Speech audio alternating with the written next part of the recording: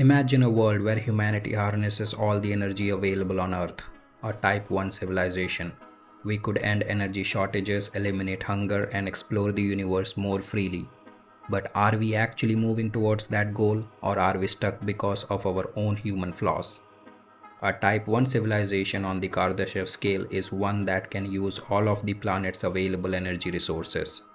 That means we would fully control Earth's energy from solar, wind, and even geothermal sources. Right now, we are about 0.73 on the scale, but we still have a long way to go. So, what's holding us back? One of the biggest barriers is geopolitical conflict. Nations are constantly competing over land resources influence. These conflicts waste massive amounts of resources on military spending, while cooperation could push us closer to sustainable global energy use.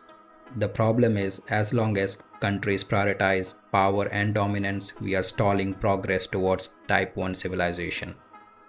Human ego and jealousy also play a huge role. We are often focused on competition than collaboration. Whether it's governments, corporations, or individuals, everyone wants to be first to hold the greatest power. But this rivalry is a roadblock. In a Type 1 civilization, the focus must be on unity and sharing knowledge, not on who gets ahead. The consequences of our conflicts are devastating our planet. Pollution, environmental destructions, and climate change are setting us back even further. And then there is mistrust between nations, between governments and citizens, and even between people. Without trust, cooperation becomes impossible, and without cooperation, the dream of Type 1 civilization remains out of reach. But here is the thing, none of this is set in stone. We have seen glimpses of what humanity can achieve when we work together: space exploration, technological innovations, international treaties.